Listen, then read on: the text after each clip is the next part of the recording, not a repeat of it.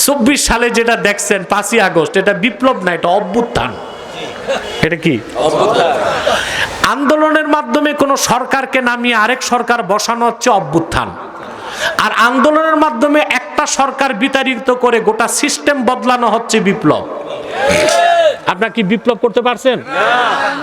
যারা বিপ্লবে নেতৃত্ব দিছে তারা আজকে জীবন দিচ্ছে, তাদের কোনো নিরাপত্তা নাই। তার বড় প্রমাণ শরীফ ওসমান হাদি। এই এনসিপি নেতাদের মধ্যে, ছাত্র নেতাদের মধ্যে একজন ইসলামপন্থী প্র্যাকটিসিং মুসলিম ছিল ওসমান হাদি। আমরা আল্লাহর কাছে তার শাহাদাত কামনা করি। কিন্তু বাকি এনসিপি যারা নেতা, ন্যাশনাল চিলড্রেন পার্টির, এরা কিন্তু নীতি থেকে ভ্রষ্ট হয়ে গেছে। আন্দোলনের আগে দেখতেন না এই ছাত্র নেতাদের মুখের হাড্ডি গনা যেত, আর এখন মাশাআল্লাহ ঘি টপকায়। তাহলে বোঝা যাচ্ছে বড় ধরনের ঘাপলা হয়ে গেছে, বড় ধরনের ঘাপলা। এটারে কি আমরা বিপ্লব বলতে পারি না অভ্যুত্থান? فقد قال الله تعالى في كلامه المجيد والفرقان الحميد أعوذ بالله من الشيطان الرجيم بسم الله الرحمن الرحيم يا أيها الذين آمنوا اتقوا الله حق تقاته ولا تموتن إلا وأنتم মুসলিমুন। মাইক তো সেটিং হয় নাই, ইকো বন্ধ থাকবে, ইকো চলবে না। তোমরা আগে এসে কি করো, এগুলো ঠিক করো না? ইকো বন্ধ থাকবে, পিছনে হরেন চলবে, আওয়াজ আরো কমবে। আমার বেশি আওয়াজ দরকার নেই, পরিষ্কার আওয়াজ দরকার। আওয়াজ সাফ করো, পরিষ্কার করো। সাদাকাল্লাহুল আযীম ওয়া সাদাকা রাসূলুহুন নাবিয়্যুল কারীম ওয়া নাহনু আলা যালিকা মিনাশ শাহিদিন ওয়াশ শাকিরিন ওয়ালহামদুলিল্লাহি রাব্বিল আলামিন।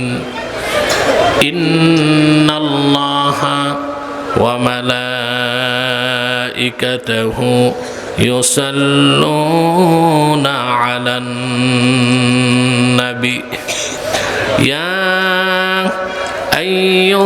আইয়ুহাল্লাযীনা আমানু সাল্লু আলাইহি ওয়া সাল্লিমু তাসলিমা। আল্লাহুম্মা সাল্লি আলা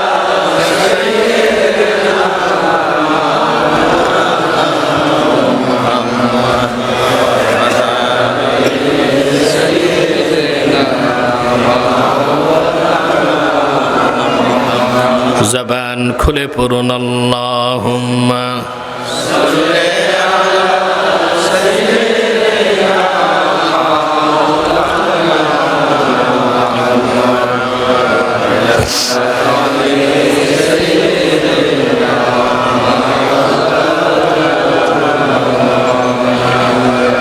मुहम्मद मुस्तफ़ा नबियों की सरदार हैं, दोनों जहां की सरकार। आप खातिमुल अंबिया हैं, सैयदुल अबरार। अल्लाहुम्मा सल्ली अला सय्यिदिना मौलाना व अला आलि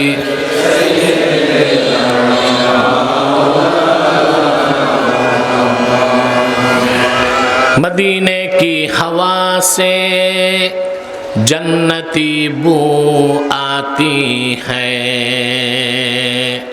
खा के पाके मदीना में नूरे जन्नत चमकती है। अल्लाहुम्मा सल्ले अला सय्यिदिना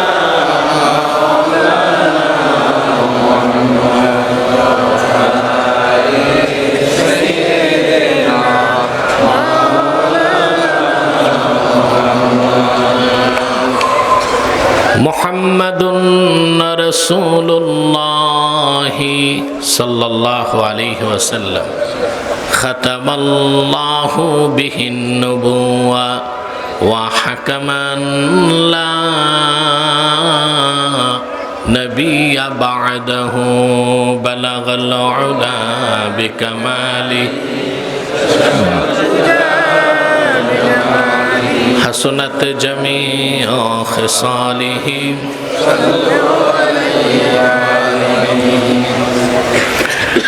तीन दिन ব্যাপী কাপাই কাপে ফুরফুরা শরীফের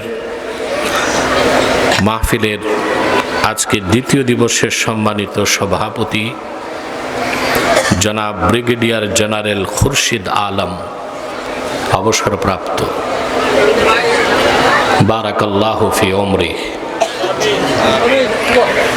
হাজারাত উলামায়ে কেরাম, আওয়াজটা ক্লিন হচ্ছে না, পিছনে হরেন চলে কিনা, ওগুলার আওয়াজ আরো কমাও, আরো পরিষ্কার করো। সবটুকুন শুকরিয়া আল্লাহ তাআলার, যিনি আপনাদেরকে এখানে আসার ও বসার তৌফিক মেহেরবানি করে ভিক্ষা দান করেছেন। সেজন্য আসুন আমরা সকলে একবার অবনত চিত্তে হৃদয়ের আবেগ অনুভূতি উজাড় করে সমবেত কণ্ঠে বলি আলহামদুলিল্লাহ। অগণিত অসংখ্য দরুদ ও সালাম আল্লাহর সৃষ্টির প্রধান আকর্ষণ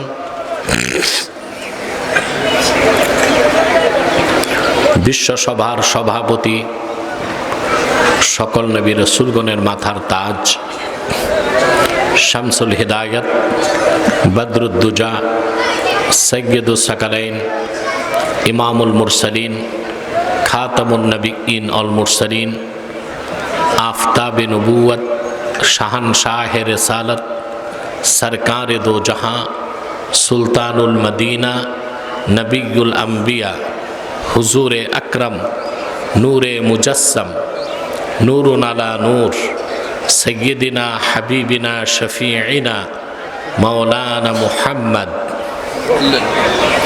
সাল্লাল্লাহু আলাইহি ওয়াসাল্লামের উপর আল্লাহ তাআলা যাকে আজ থেকে ১৫০০ বছর আগে প্রেরণ করেছেন, সর্বশ্রেষ্ঠ ও সর্বশেষ নবী ও রাসূল হিসেবে, যার পরে আজ পর্যন্ত কোনো প্রকার নবী কিংবা রাসূল অবশ্যই আসে নাই, অবশ্যই এখনো নাই, অবশ্যই কিয়ামত পর্যন্ত আসবে না।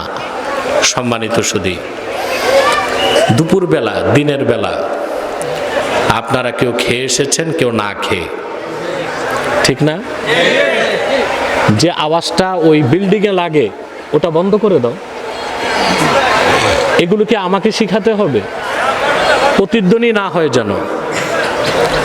পিছনে হরেনে আওয়াজ লাগবে, স্পিকার নাই না? স্পিকার চলে না কেন? স্পিকার এটা বন্ধ রাখছে। আরে দিনের বেলা লাইট কেন? এটা অপচয় হবে না? আপনারা যারা এখানে এসেছেন, আসার পেছনে পার্থিব জাগতিক রাজনৈতিক কোনো স্বার্থ নাই। ঠিকটা তো ঠিক মতো বললেন না। আমরা এসেছি আল্লাহ তার রসুলের রেজামান্দি হাসিল করতে, আল্লাহর কোরআন থেকে জ্ঞান অর্জন করতে। এই মাজলিসে বসার সঙ্গে সঙ্গে জিন্দেগির সগীরা গুনাহগুলো আল্লাহ মাফ করে দিয়েছে। এতে আমরা খুশি না বেজার? 3 দিন মাহফিল, আজকে দ্বিতীয় দিন। দিনের বেলা, দিনের পর্বে আমি একটা মুনাজাত করব যাওয়ার আগে, করব না? যাও সাউন্ড ঠিক করো, কিছু আওয়াজ লাগবে। মুনাজাত একটা করব, একা একা না সম্মিলিতভাবে? সম্মিলিতভাবে। অনেক মৌলবী সাহেব বলে সম্মিলিত মোনাজাত বেদাত বলে, এটা হচ্ছে হাদিস সম্পর্কে জ্ঞান নাই, ঠিক কিনা? একা মুনাজাত করলে কবুল হতেও পারে, নাও হতে পারে, কিন্তু সম্মিলিত মুনাজাত আল্লাহ ফেরত দেন না, তাৎক্ষণিক কবুল করেন। আমি একটা হাদিস শোনাচ্ছি, মোজাম তাবারানির হাদিস। আল্লাহ রাসূল সাল্লাল্লাহু আলাইহি ওয়াসাল্লাম ইরশাদ করেছেন,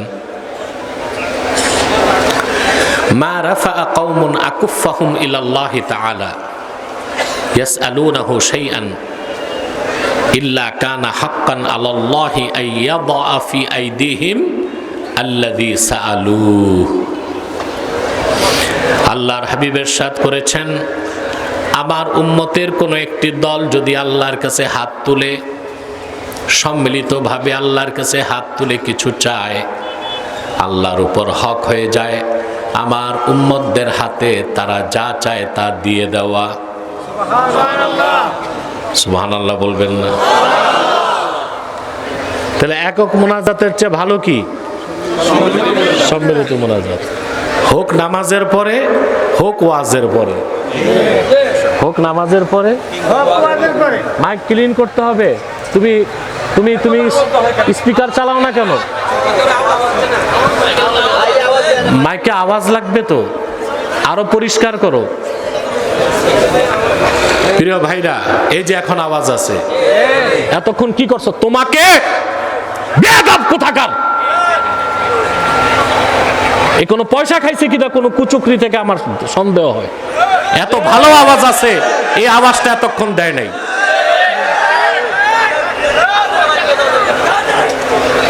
সম্মানিত সুধী, এখন ঠিক?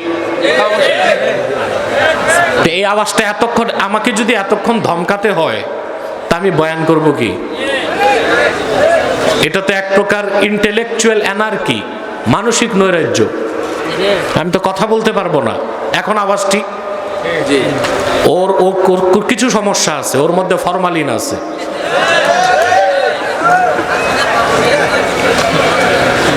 প্রিয় ভাইরা, তাহলে একটু পর যে মুনাজাত করব, হাত তুলবো, দোয়া কবুল হবে কিনা? তওবা কবুল হবে, এই বিশ্বাস আছে? আমরা খুশি। বেজার শয়তান, শয়তানের একটা প্রজেক্ট চলতেছে, মুনাজাতের আগে উঠানো যায় কিনা? আমরা এই সুযোগ দিব? আমরা নেক নিয়ত করছি, কিছুক্ষণ পরে আজকের মুনাজাত করে গুনাহ মাফ করে নিষ্পাপ বেহেশতে আল্লাহওয়ালা হয়ে বাড়ি যেতে চাই। কারা কারা হাত তুলে আল্লাহকে দাও, হাত নামান।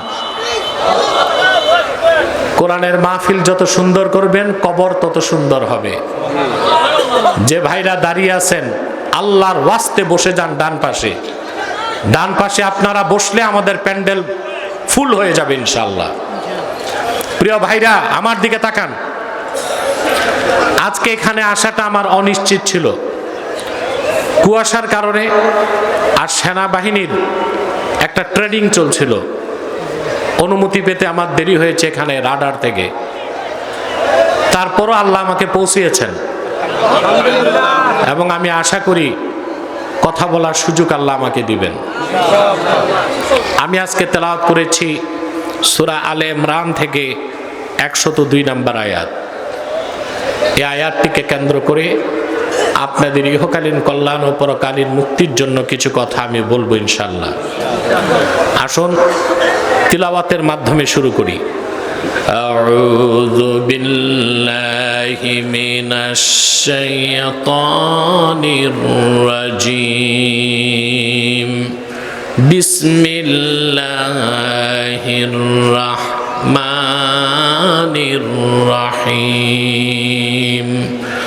ইয়া আইয়ুহাল্লাযীনা আমানু ইত্তাকুল্লাহা হাক্কা তুকাতিহি ওয়া লা তামুতুন্না ইল্লা ওয়া আনতুম মুসলিমুন। আল্লাহ তাআলা বলেন, হে ঈমানদারগণ, বিশ্বাসীগণ, তোমরা আল্লাহকে যথার্থ ভয় করো আর পরিপূর্ণ মুসলিম না হয়ে মৃত্যুবরণ করো না। সুবহানাল্লাহ বলবেন। সূরা আলে ইমরান আয়াত নাম্বার 102। একটা আয়াতে আল্লাহ তাআলা আবার ধরছে কেন? কারেন্ট কি হয়েছে? এখন কি করব? কারেন্ট আসবে?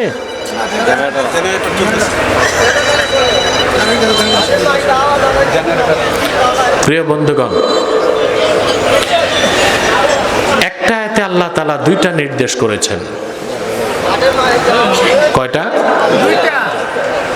আল্লাহর প্রথম নির্দেশ, তোমরা আল্লাহকে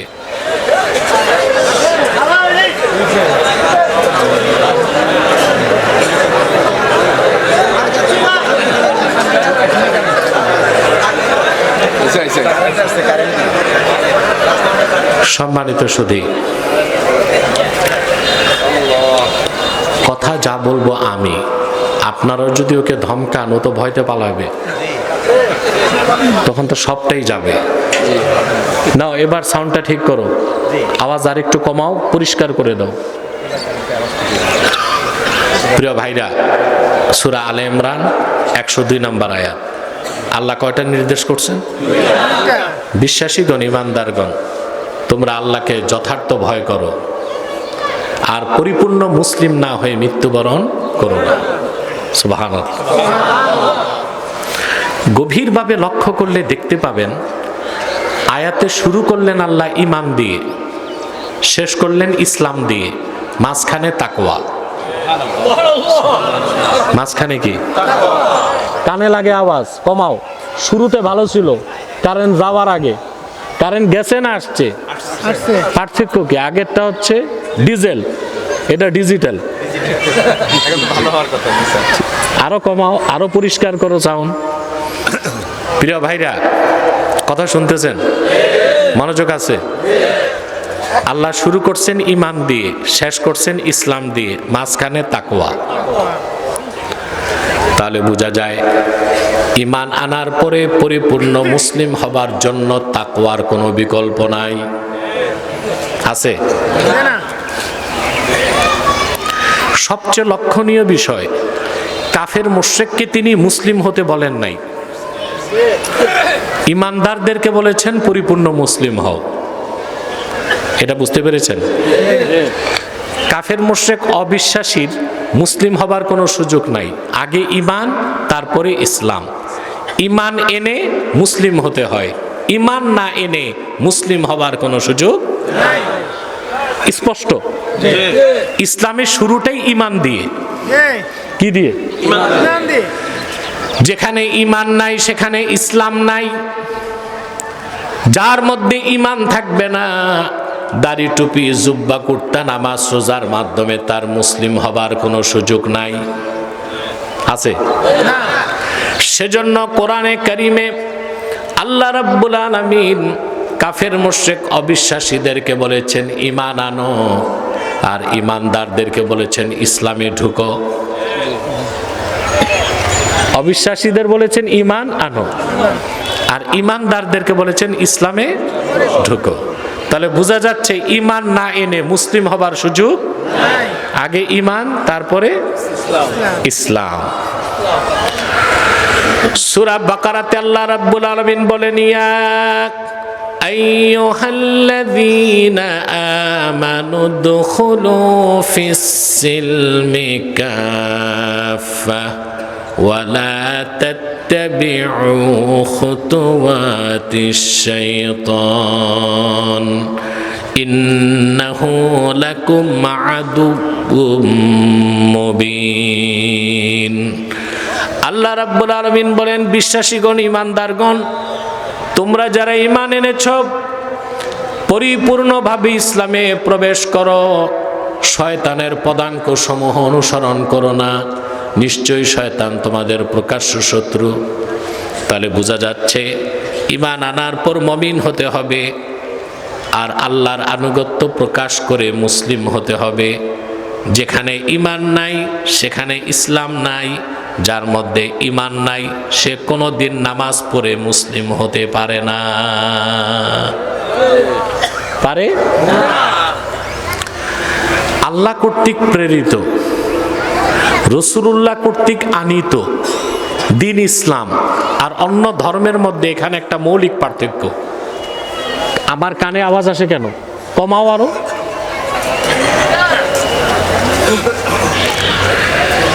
আল্লাহ কর্তৃক আনীত,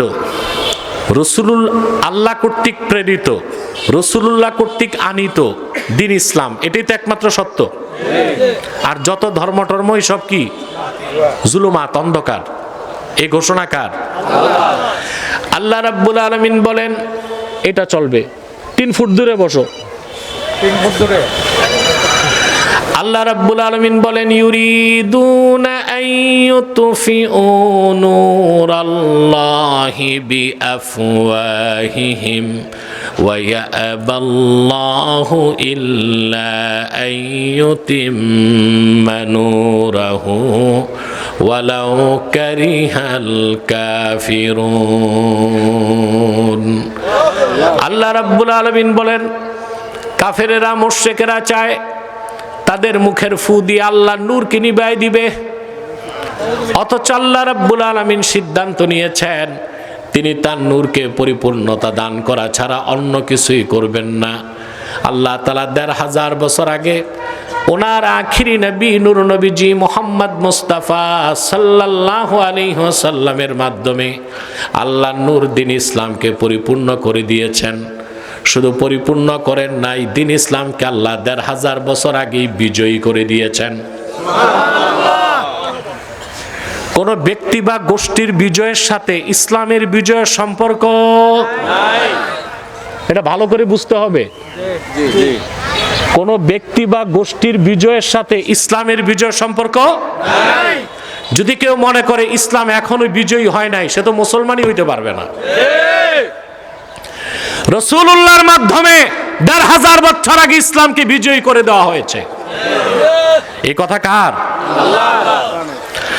আল্লাহ রাব্বুল আলামিন বলেন হুয়াল্লাযী আরসালা রাসূলাহু বিল হুদা ওয়া দীনিল হক লিইয়ুযহিরাহু আলাদ-দীনি কুল্লিহি ওয়ালাউ কারিহাল মুশরিকুন। আল্লাহ রাব্বুল আলামিন বলেন তিনি আল্লাহ যিনি আপন হাবিব মুহাম্মদ সাল্লাল্লাহু আলাইহি ওয়াসাল্লামকে পাঠিয়েছেন হেদায়েতের সাথে আর মহাসত্য দ্বীন ইসলাম দিয়ে, যেন মুহাম্মদ সাল্লাল্লাহু আলাইহি ওয়াসাল্লাম দ্বীন ইসলামকে সকল মতবাদের উপর বিজয়ী করতে পারেন।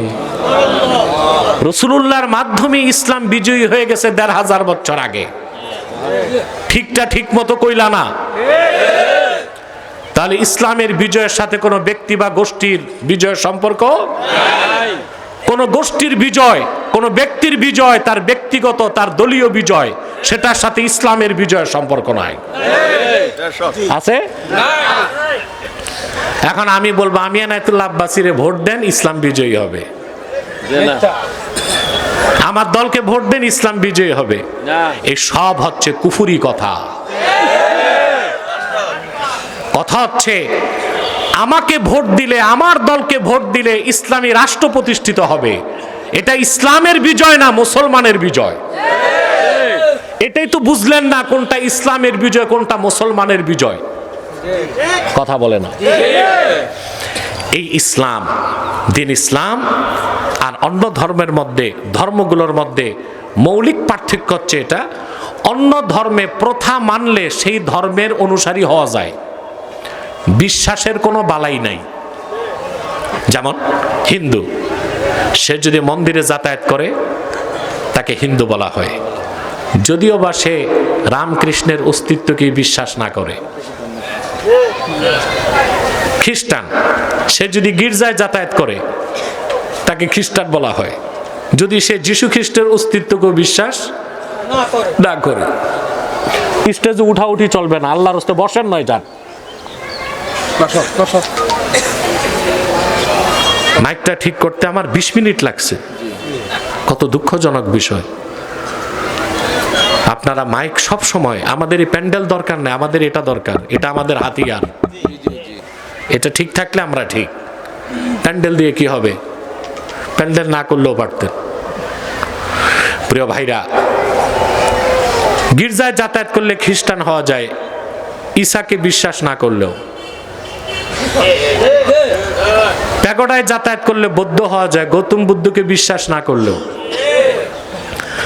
পক্ষান্তরে কোনো মানুষ যদি নামাজ পড়ে, রোজা রাখে, হজ করে, যাকাত দেয়, দাড়ি টুপি জুব্বা কুর্তা সব ঠিক আছে, সে যদি আল্লাহর কোরআনের বিসমিল্লাহর বা থেকে মিনাল জিন্নাতি ওয়ান নাসের সিন পর্যন্ত কোনো একটা বাক্যের একটা শব্দের একটা অক্ষরকে অস্বীকার করে, সে কাফের, সে মুসলমান হতে পারে না।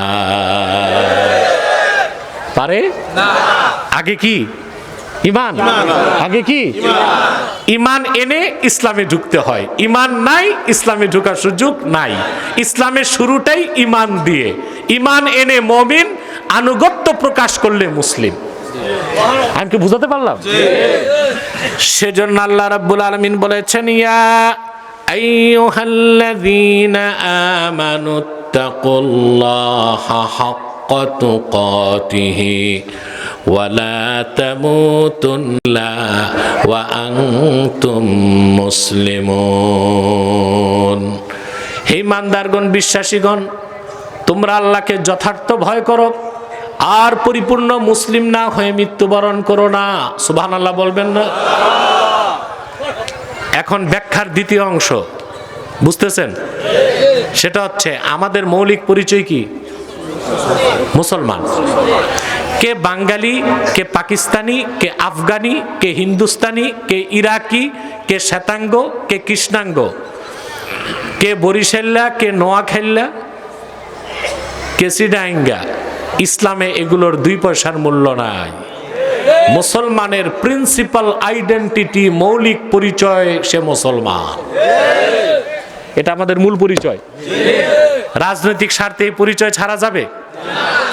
এখন অনেকে ধান্দাবাজি করতেছে, বলে কে মুসলিম কে অমুসলিম, এটা তো বড় কথা না, আমরা মানুষ। তো তোমারে কে কুত্তা শুয়োর বলছে? তুমি তো মানুষ, জানি, কিন্তু এই কথা বলো কেন যে কে মুসলিম কে অমুসলিম? এটা বড় কথা না, আমরা মানুষ। এসব কথা বলার উদ্দেশ্য হচ্ছে হিন্দুস্তানের হিন্দুদের খুশি করা আর আমেরিকার খ্রিস্টানদেরকে খুশি করা। আমাদের মূল পরিচয়, আমরা মুসলমান। আমরা কি এই পরিচয় আমাদের কে দিয়েছেন? গভীরভাবে আপনি যদি আল্লাহর কোরআন অধ্যয়ন করেন, আপনি দেখতে পাবেন পূর্বের নবীদের উম্মতদের মধ্যে যারা ইমানদার ছিল, বিশ্বাসী ছিল, আল্লাহ তাদেরকেও মুসলমান বলেছেন। সুবহানাল্লাহ বলবেন? কি বলছেন?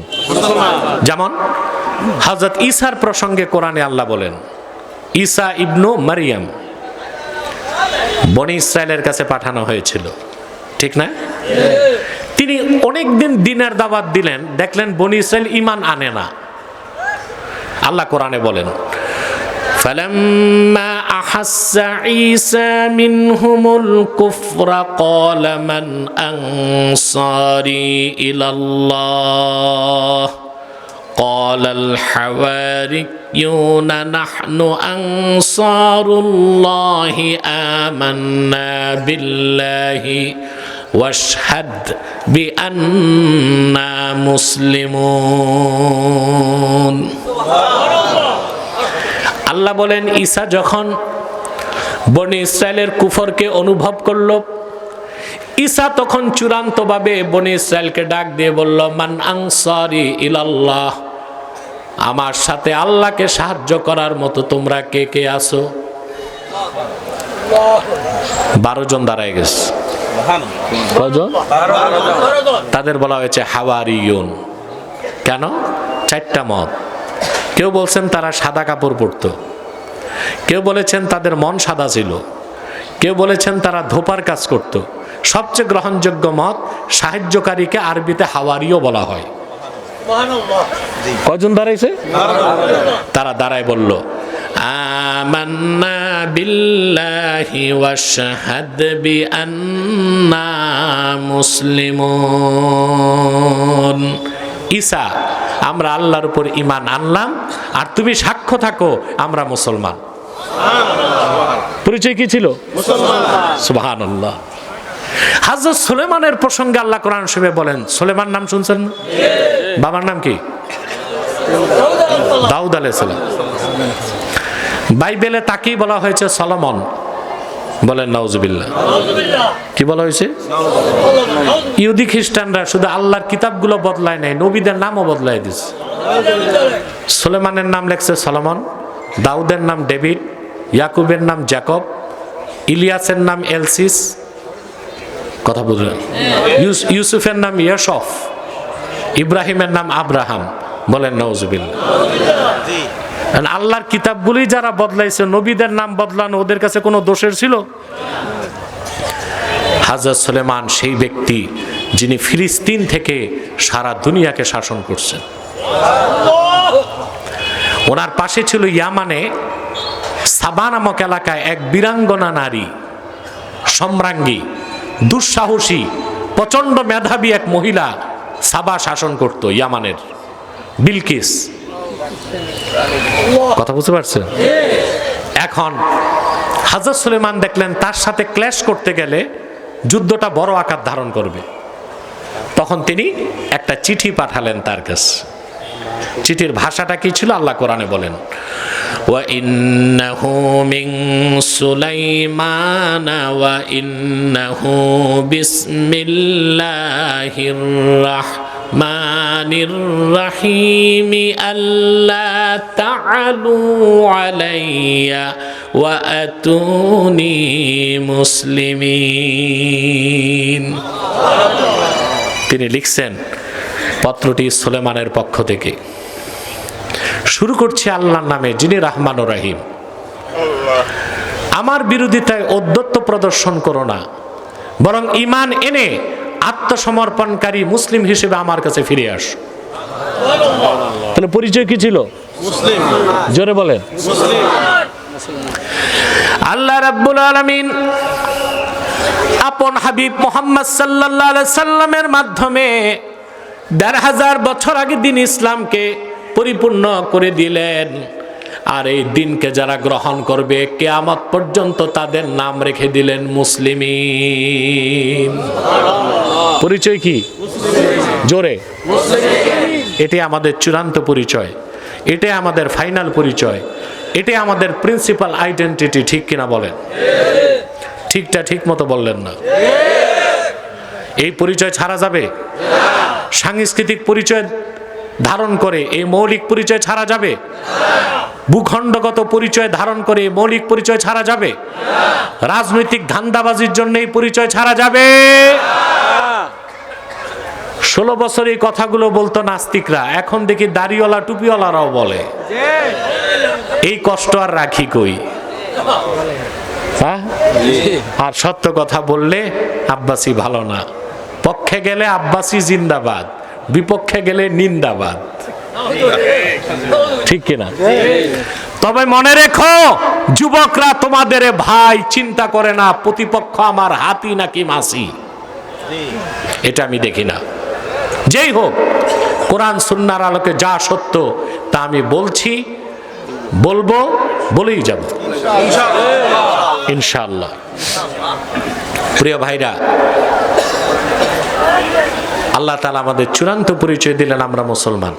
কোরআন শরীফে আল্লাহ বলেন, কুল আমান্না বিল্লাহি ওয়া মা উনজিলা আলাইনা ওয়া মা উনজিলা আলা ইব্রাহিম ওয়া ইসমাঈল ওয়া ইসহাক ওয়া ইয়াকুব ওয়াল আসবাত وما أوتي موسى وعيسى والنبيون من ربهم لا নুফাররিকু বাইনা আহাদিম মিনহুম ওয়া নাহনু লাহু মুসলিমুন।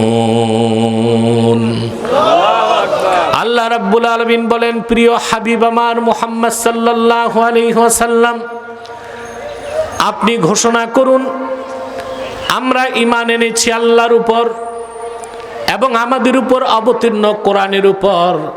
আমরা আরো বিশ্বাস করি যা নাজিল হয়েছে ইব্রাহিম, ইসমাইল, ইসহাক এবং ইয়াকুবের উপর এবং তাদের বংশধরদের উপর, এবং যা প্রদান করা হয়েছে মুসা এবং ঈসাকে আর আল্লাহর পক্ষ থেকে আগত নবীদেরকে, তাদের মধ্যে আমরা কোনো তারতম্য করি না। আমরা হচ্ছি আত্মসমর্পণশীল মুসলমান। আমরা হচ্ছি আল্লাহর জন্যে আত্মসমর্পণকারী, আমরা মুসলিমুন। বলেন সুবহানাল্লাহ। তা উম্মতে মুহাম্মাদের পরিচয় কি? জোরে বলতে হবে, আরো জোরে। এই পরিচয়টা আমরা ভুলে গেছি বলেই আজকে কাফের মুশরিক তাগুত আমাদেরকে হামলা করে। জাতীয়তাবাদের ভিত্তিতে আমরা 57টা ভূখণ্ডে ভাগ হয়ে গেছি। কতটা ভূখণ্ডে? বাংলাদেশের টেরিটরিতে যে সে বাংলাদেশি, ইরাকের টেরিটরিতে যে সে ইরাকি, আফগানের টেরিটরিতে যে সে আফগানি। আমাদেরকে ভৌগোলিক পরিচয়ের দেয়াল দিয়ে ভাগ করে দিছে কাফের মুশরিকরা। অথচ সারা দুনিয়ার 57টি মুসলিম রাষ্ট্রের সকল মুসলমান একটা জাতি, তারা মুসলমান। এই পরিচয় যদি থাকতো, ইসরায়েল 2 বছর ফিলিস্তিনে হামলা করতে পারত? আজকে ইসরায়েল হামলা করে, আমরা তাকায় থেকে জাতিসংঘের দিকে। জাতিসংঘ হচ্ছে ইহুদি খ্রিস্টানদের তাসের ঘর, ওখানে জুয়া খেলা হয়। কি হয়? জোরে বলেন, জুয়া খেলা হয়। মুসলিমদেরকে নিয়ে ওরা জুয়া খেলতে চায়। আর জাতিসংঘ কাফেরদের দ্বারা নিয়ন্ত্রিত, সেই জন্য তারা কখনোই ফিলিস্তিনের সমস্যার সমাধান করে নাই, কাশ্মীর সমস্যার সমাধান করে নাই, আরাকান সমস্যার সমাধান করে নাই। যদি 57টি মুসলিম রাষ্ট্রের 50 লক্ষ মুসলিম সৈন্য এক কাতারে দাঁড়ায় যেত, দুনিয়ার সমস্ত পরাশক্তি মুসলমানদের পায়ে লুটায় পড়তো।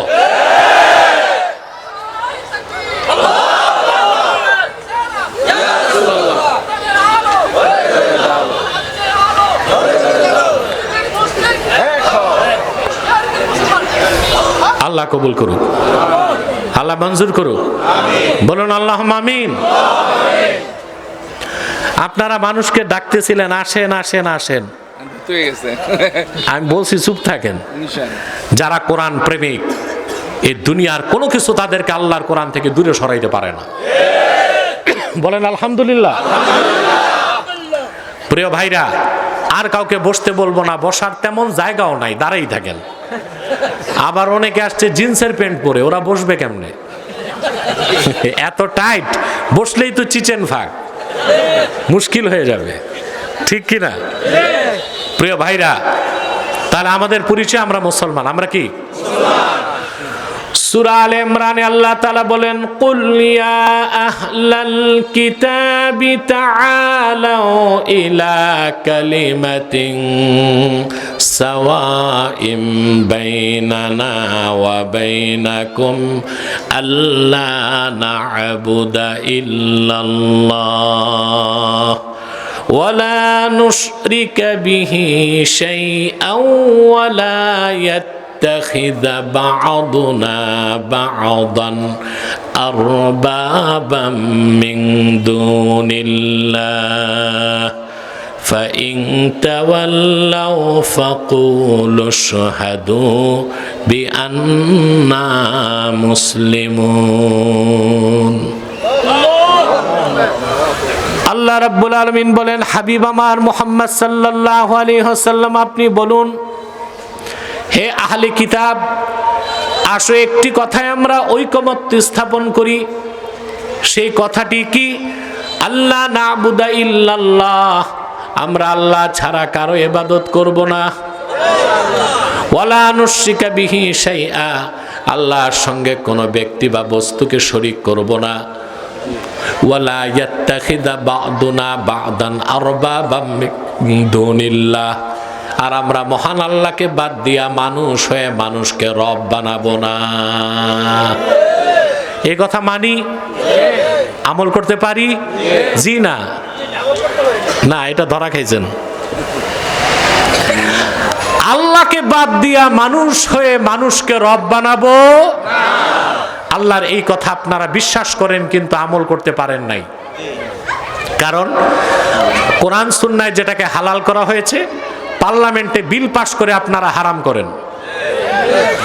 কোরআন সুন্নায় যেটাকে হারাম করা হয়েছে, পার্লামেন্টে বিল পাস করে আপনারা হালাল করেন। এটা শিরকি এবং কুফরি কাজ। এটা হচ্ছে মানুষ আল্লাহকে বাদ দিয়া মানুষ মানুষকে রব বানানো বলেন, নাউজুবিল্লাহ। এটা করেন কিনা? এটা হয় কিনা?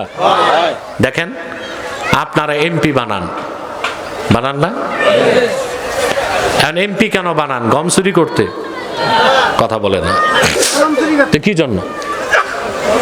সে আপনাদের আইন প্রণেতা, সে আপনাদের, তাকে আপনি আইন বানাবার অধিকার দিলেন। আব্রাহাম লিঙ্কন একটা কথা বলে গেছে, সে তো গণতন্ত্রের আধুনিক রূপ দিয়েছে। সে বলে গেছে মানুষ স্বাধীনভাবে জন্ম নেয়, মানুষ, এর জন্য মানুষকে শাসন করতে তার অনুমতি লাগবে। কি লাগবে? এই অনুমতি হচ্ছে ভোট। কিন্তু এগুলো দেখে মানুষ বাকবাকুম করে, আব্রাহাম লিঙ্কন এত সুন্দর কথা কইছে, কিন্তু আব্রাহাম লিঙ্কন এই কথা চুরি করছে কোত্থেকে এই খবর নাই। কথা বলে না। এটা আব্রাহাম লিঙ্কন কোত্থেকে পাইছে? আমার দেশের বুদ্ধিজীবীরা ইসলামের জ্ঞান না থাকার কারণে পশ্চিমাদের প্রতি দুর্বল হয়ে গেছে। এই কথাটি 1400 বছর আগে ওমর রাদিয়াল্লাহু তাআলা আনহু বলে গেছেন। মিশরের শাসককে তিনি পত্র রেখে লিখছেন, প্রতিটি মানুষকে তার মা জন্ম দিয়েছে স্বাধীনভাবে, তাদেরকে গোলাম বানাবার অধিকার তোমাকে কে দিয়েছে? এটা কার কথা? কিসের আব্রাহাম লিঙ্কন? হযরত ওমর বলে গেছেন 1400 বছর আগে। সেই কথাটা নকল করছে আব্রাহাম লিঙ্কন, আর সেটা রাষ্ট্রবিজ্ঞানে ঢুকছে। তা আমার দেশের বুদ্ধিজীবীরা মনে করে কি সুন্দর কথা কইছে, কিন্তু কথা কোত্থেকে চুরি করলো খবর নাই। ঠিক কিনা? তো গণতন্ত্রের একটা নিয়ম হচ্ছে, আপনি যাকে শাসন করবেন তার অনুমতি লাগবে। কি লাগবে? এই অনুমতি হচ্ছে ভোট। অনুমতি কি? এর জন্য আপনারা শাসন করার জন্য পার্লামেন্ট মেম্বারদেরকে সংসদে পাঠান। তো এরা যে ওখানে বসে বিল একটা আসলো, স্পিকার বিল উত্থাপন করে বলল এই বিলের পক্ষে কে কে? সবাই বলে হ্যাঁ। স্পিকার বলে হ্যাঁ, জয়যুক্ত হয়েছে। ব্যাস, হয়ে গেল আইন। দেখা গেল তা সরাসরি কোরআন সুন্নাহ বিরোধী আইন। আল্লাহ করছেন হালাল, আপনারা করছেন হারাম। আবার আরেকটা বিল আসলো, বুঝলেন? সবাই বলল হ্যাঁ হ্যাঁ, জয়যুক্ত হয়ে গেল। স্পিকার বলল হ্যাঁ, জয়যুক্ত হয়ে গেছে, এটা আইন হয়ে গেছে। আল্লাহ করছেন হারাম, আপনারা করলেন হালাল। এটা হচ্ছে মানুষ হয়ে আল্লাহকে বাদ দিয়া মানুষ হয়ে মানুষকে রব বানানো বলেন, নাউজুবিল্লাহ। প্রশ্ন হচ্ছে সমাধান কি? কথা বলেন। খেলাফা প্রতিষ্ঠার আগে সংসদ তো খালি রাখা যাবে না। কথা বলেন, যাবে? সমাধান কি? সমাধান খুব সুন্দর ছিল, কিন্তু কেউ মানতে চায় না। সংবিধানের শুরুতে একটি কথা লিখে দিলেই হয়, বাংলাদেশ সংবিধানের মূল উৎস হবে কোরআন ও সুন্নাহ। সংবিধান হালাল, সংবিধান সনদ, সরকার, সংসদ, একটা কথা। বাংলাদেশ সংবিধানের মূল উৎস হবে কোরআন এবং সুন্নাহ। আপনি বৈধতা পেয়ে যাবেন। কাজের কাজ কিচ্ছু করতে পারলেন না, 9 মাস বসে মিটিং করছেন শুধু ঐকমত্য কমিশনে। কথা বলেন। একটা দুইটা দল, 31টা দল। এর মধ্যে মনে হয় ইসলামী রাজনীতি করে এরকম দল ছিল 11টা। ঠিক না? 31টা দল ঐকমত্য কমিশনে মিটিং করলো 9 মাস। কয় মাস? চা নাস্তা করলো 54 লাখ টাকার। আমি শুধু চা নাস্তারটা ধরছি।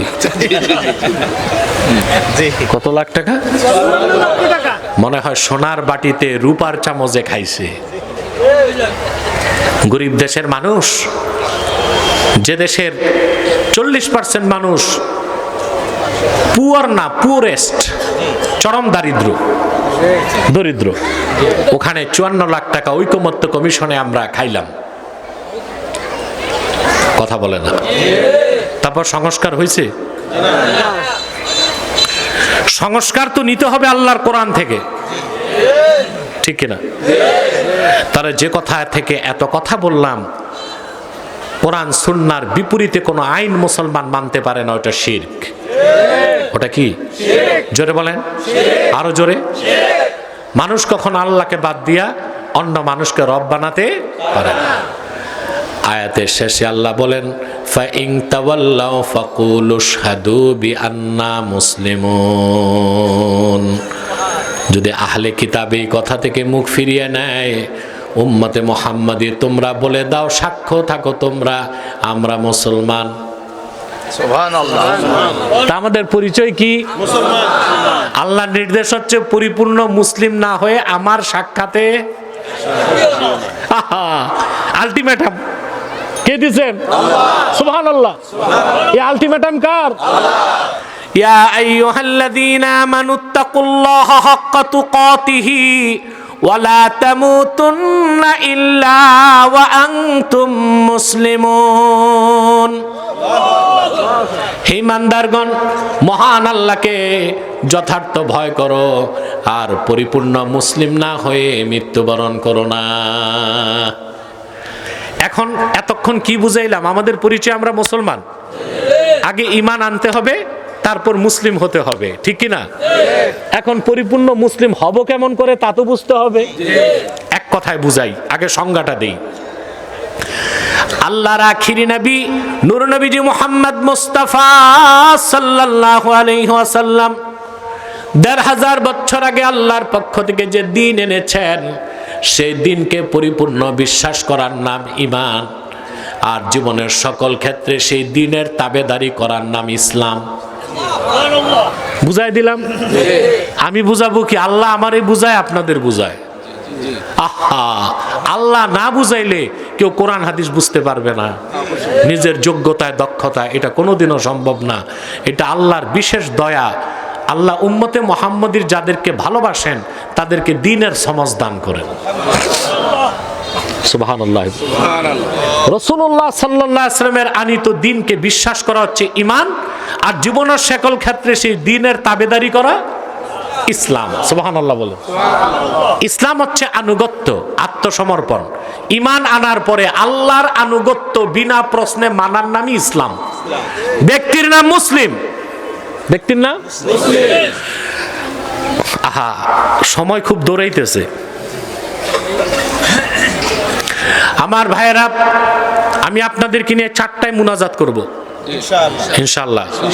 একটা মানুষও নড়াচড়ার চেষ্টা করবেন না, আর আধা ঘন্টা আছে। আমরা আজকে একটা মেসেজ নিয়ে বাড়ি যাব, বলেন ইনশাআল্লাহ। আসর আজান তো 4:45, আজকে 4টায় দিবেন। জি জি। প্রিয় ভাইরা, যে কথা বলছিলাম, কথা খেয়াল করতেছেন? ঈমান আনার পর বিনা প্রশ্নে আল্লাহর হুকুমকে মস্তক পেতে মেনে নেবার নাম ইসলাম। আল্লাহ রাব্বুল আলামিন উম্মতে মুহাম্মাদীকে আত্মসমর্পণের শিক্ষা দেবার জন্য কোরআন কারিমে হযরত ইব্রাহিমের ইতিহাস তুলে ধরেছেন। মুসলিম জাতির জনক হযরত ইব্রাহিম খলিলুল্লাহ। আমাদের জাতির জনকের নাম কি? জোরে বলতে হবে। মুসলমান যারে তারে বাপ বানাইতে পারে? মুসলমান এত সস্তা না যারে তারে বাপ বানায় বসে থাকবে। সমস্ত দুনিয়ার মুসলমানদের রুহানি পিতা আল্লাহর হাবিব মুহাম্মদ সাল্লাল্লাহু আলাইহি ওয়াসাল্লাম। সমস্ত মুসলমানদের আদি পিতা আদম আলাইহিস সালাম। সমস্ত মুসলমানদের জাতির পিতা ইব্রাহিম আলাইহিস সালাম। যারে তারে বাপ বানাইতে পারবেন না। আমাদের বাপ এত সস্তা না। বাপ বানানো এত সস্তা না, যারে তারে বাপ বানায় বসে থাকবো। কথা বুঝতেছেন? প্রিয় ভাইরা, হযরত ইব্রাহিম আল্লাহ তার আত্মসমর্পণের পরীক্ষা নিয়েছেন। আল্লাহ রাব্বুল আলামিন বলেন, ওয়া ইয ক্বালা লাহু রাব্বুহু আসলিম ক্বালা আসলামতু লিরাব্বিল আলামিন। আল্লাহ রাব্বুল আলামিন বলেন, হাবিব আমার মুহাম্মদ সাল্লাল্লাহু আলাইহি ওয়াসাল্লাম স্মরণ করুন ইব্রাহিমের রব যখন ইব্রাহিমকে বলল, ইব্রাহিম আসলিম,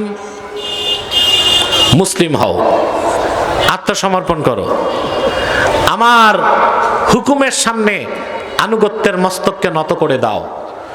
ইব্রাহিম আলাইহিস সালাম সঙ্গে সঙ্গে বললেন, আসলামতু লিরাব্বিল আলামিন, আমি রব্বুল আলামিনের জন্য বিনা শর্তে আত্মসমর্পণ করলাম।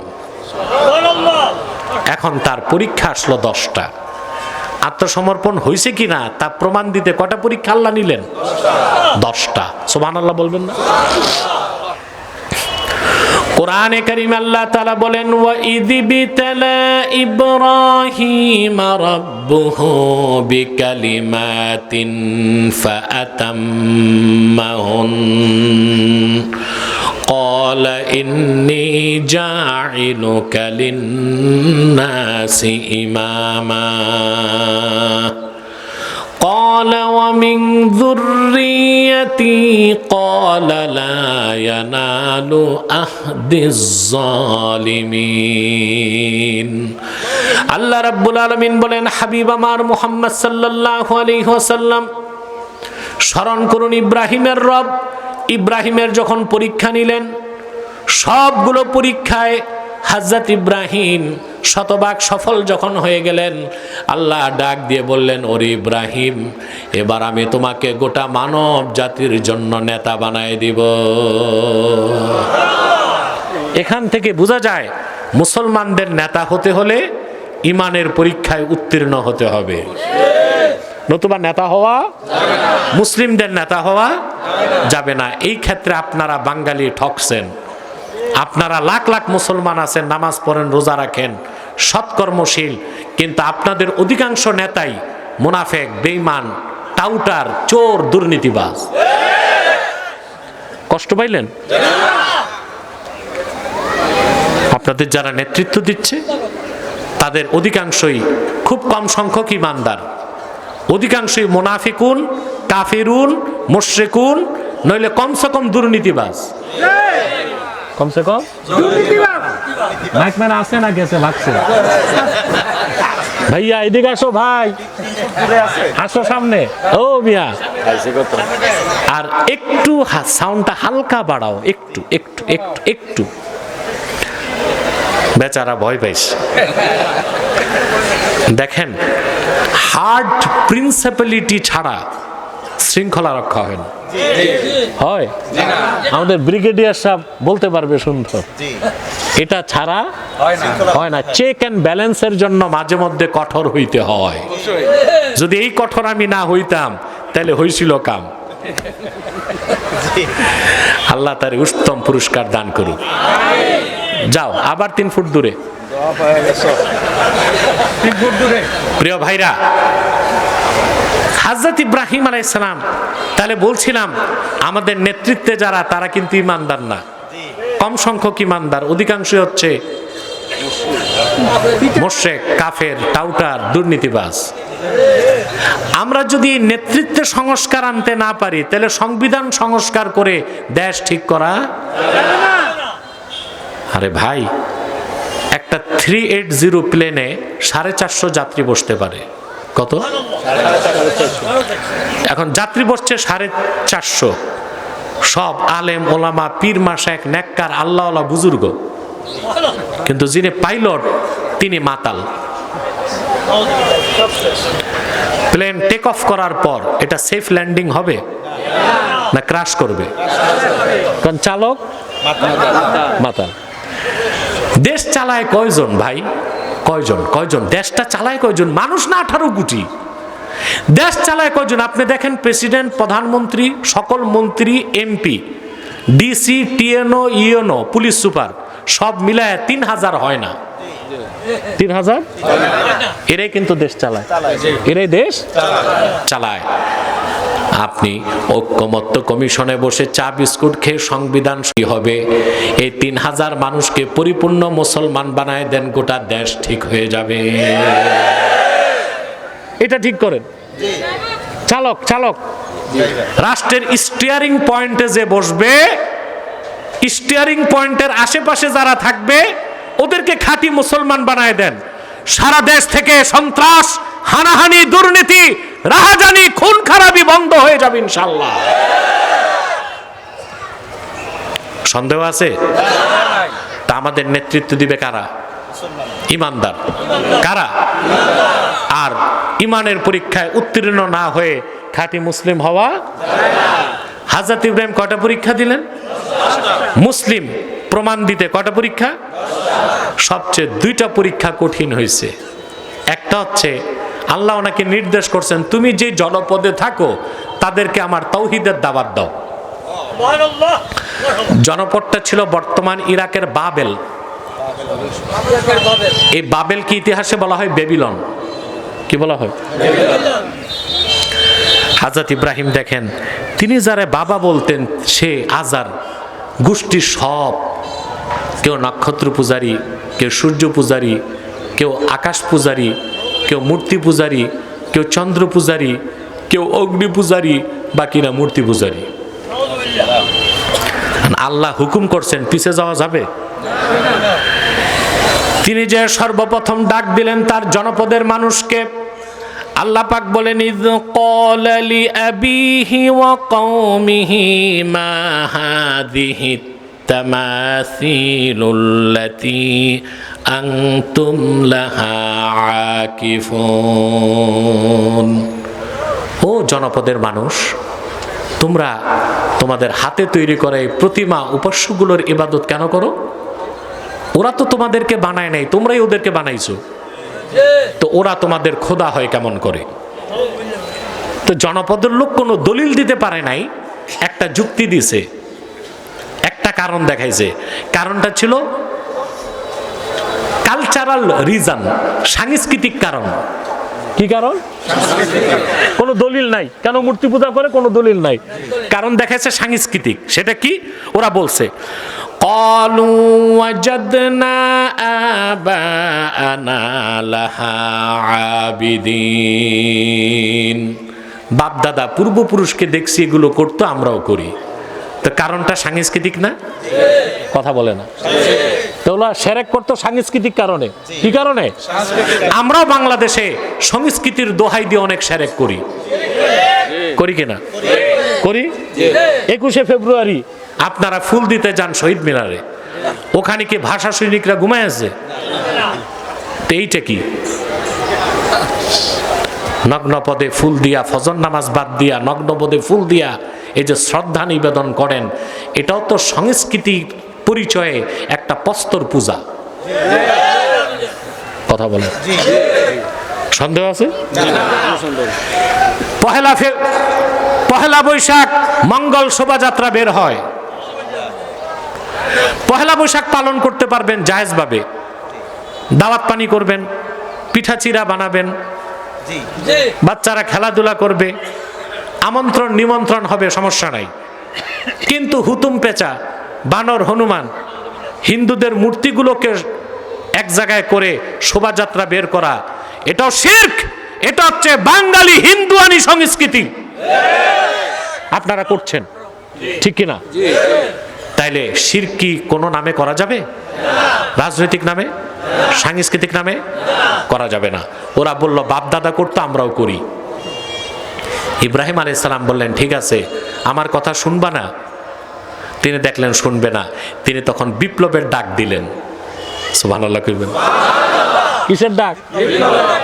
আপনারা বিপ্লব দেখছেন কি মিয়া সাহেব? 24 সালে যেটা দেখছেন 5ই আগস্ট, এটা বিপ্লব না, এটা অভ্যুত্থান। এটা কি? আন্দোলনের মাধ্যমে কোন সরকারকে নামিয়ে আরেক সরকার বসানো হচ্ছে অভ্যুত্থান, আর আন্দোলনের মাধ্যমে একটা সরকার বিতাড়িত করে গোটা সিস্টেম বদলানো হচ্ছে বিপ্লব। আপনারা কি বিপ্লব করতে পারছেন?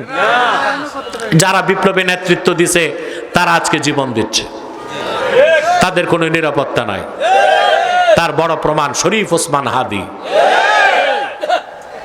এই এনসিপি নেতাদের মধ্যে, ছাত্র নেতাদের মধ্যে একজন ইসলামপন্থী প্র্যাকটিসিং মুসলিম ছিল ওসমান হাদি।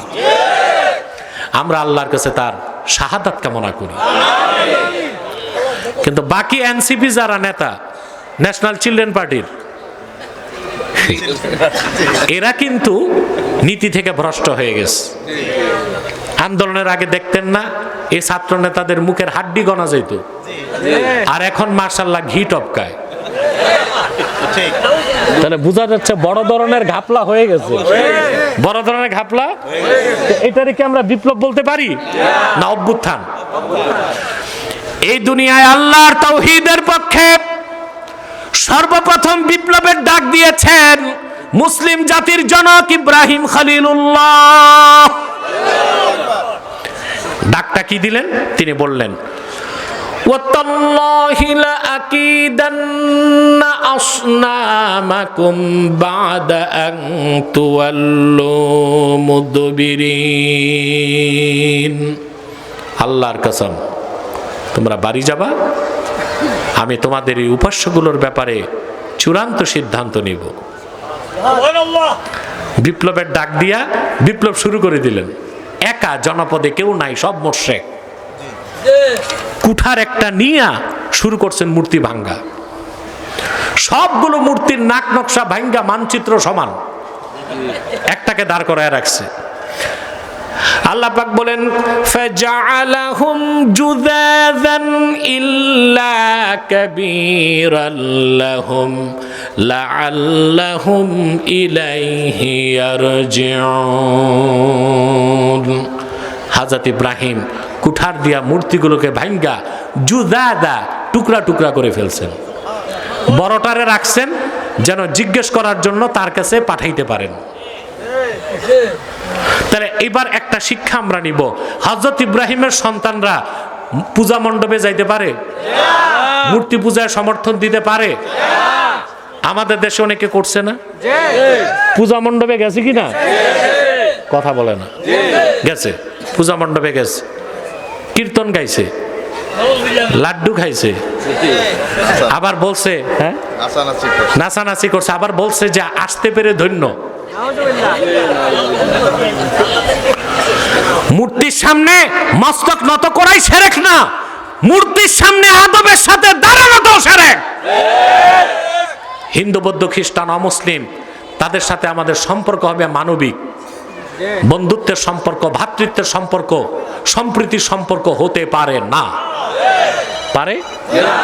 হিন্দুর বাড়িতে আগুন লাগছে, মুসলমান নিভায় দিবে। খেতে পায় না, চাউল দিবে। ঘর নাই, ঘর দিবে। ওষুধ নাই, ওষুধ দিবে। কিন্তু কোন অমুসলিমদের ধর্মীয় কাজে মুসলমান ন্যূনতম সমর্থন দিতে পারে না। এটা কুফরি। ঠিকটা ঠিক মতো কইলেন না, এটা কি? চারো মাযহাব একমত, হানাফি, শাফি, মালিকি, হাম্বলি। এ আনাতুল কুফারি কুফরুন, কাফেরদেরকে কুফরি কাজে মৌন সম্মতি দেওয়াও কুফর, কাফেরদেরকে কুফরি কাজে সাহায্য করাও কুফর। আমরা যারা পূজার সময় এই কাজগুলো করছি, আল্লাহর কাছে তওবা করব, আর ভবিষ্যতে 2-4টা ভোট আর কয়েকটা নোট,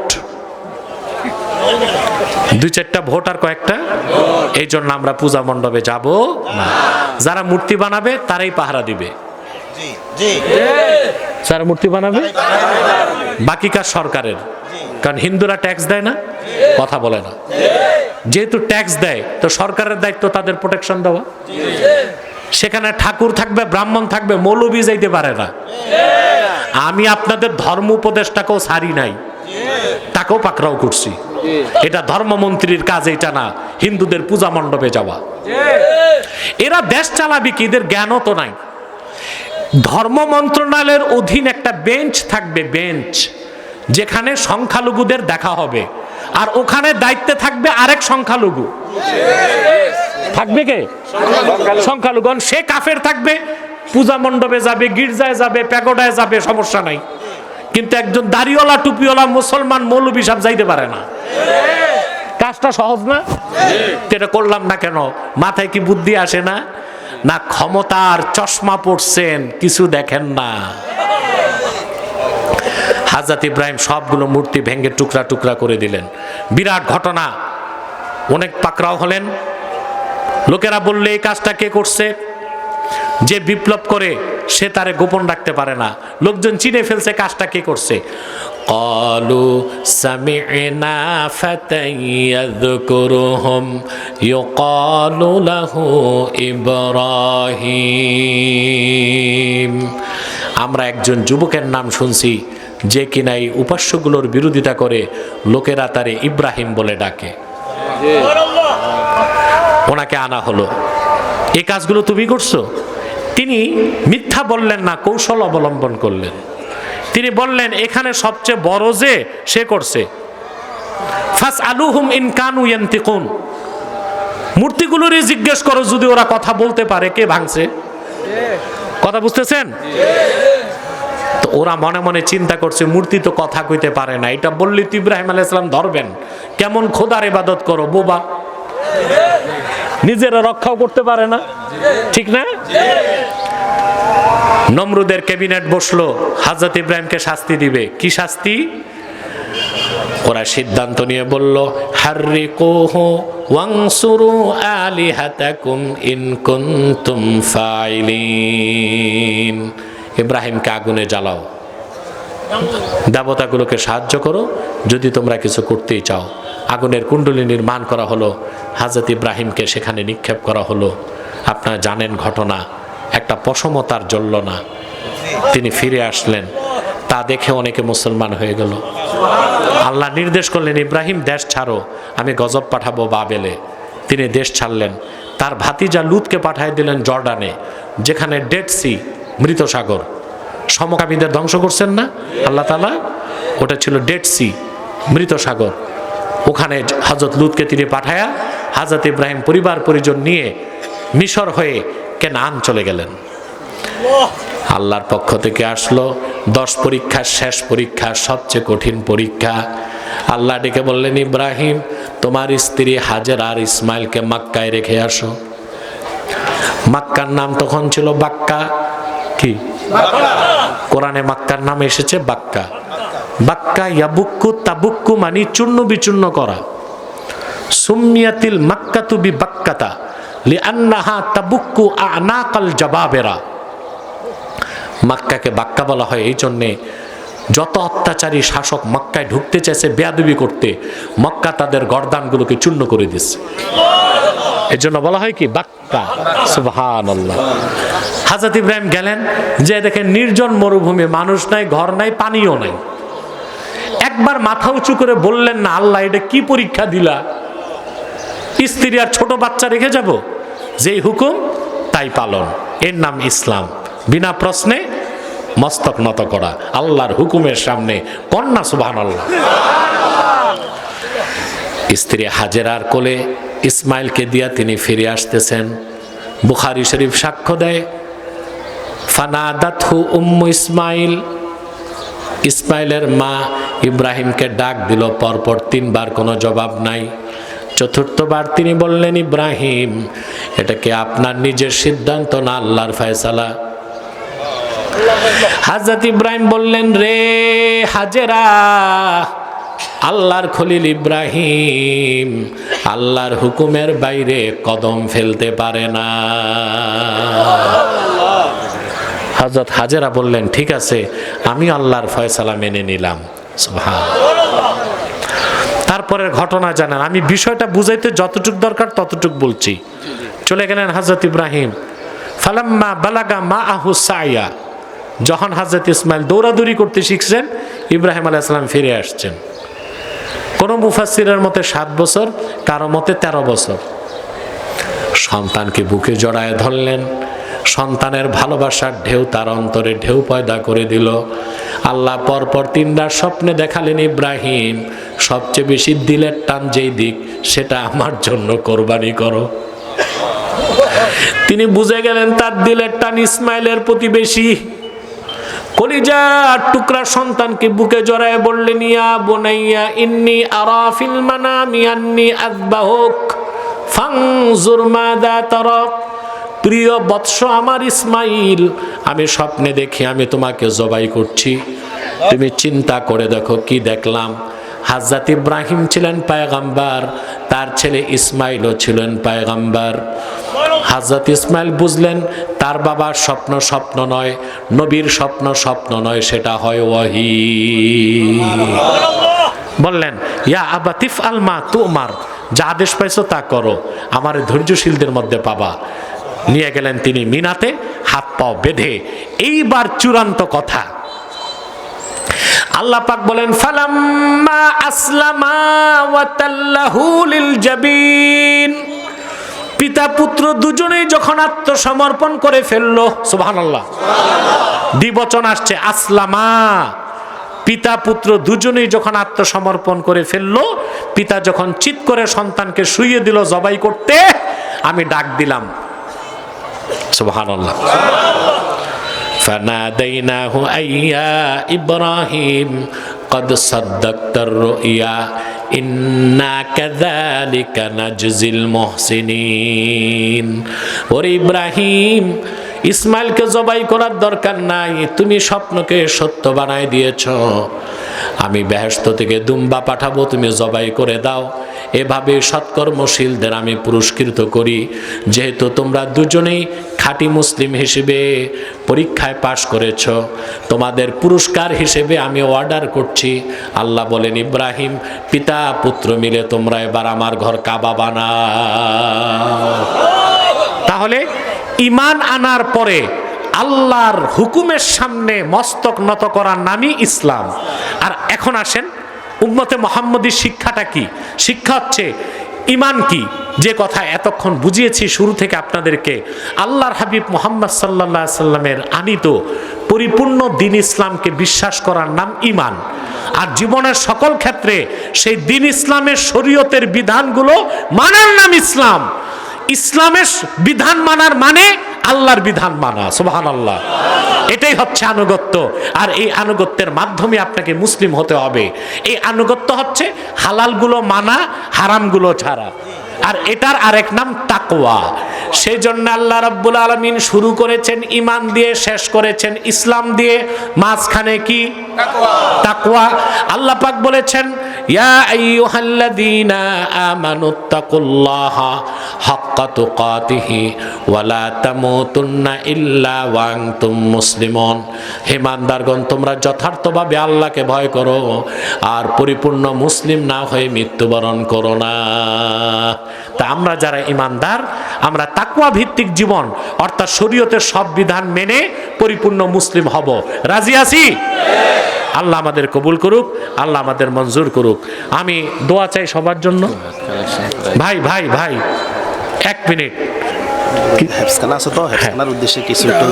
আচ্ছা আচ্ছা, চাদর যাচ্ছে আপনাদের কাছে, প্রত্যেকে কিছু কিছু দিবেন। দিবেন না ভাই? হেফখানার জন্য দিবেন না? পকেটে হাত দেন, পকেটে হাত দেন, হাত দেন, হাত দেন। নিজের পকেটে, পাশের লোকের পকেটে না।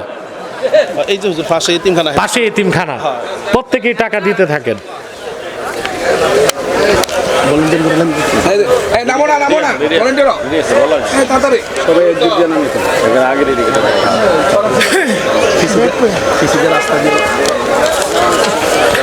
আপনাদের উঠতে নিষেধ করেছি, মুনাজাত করে যাবেন।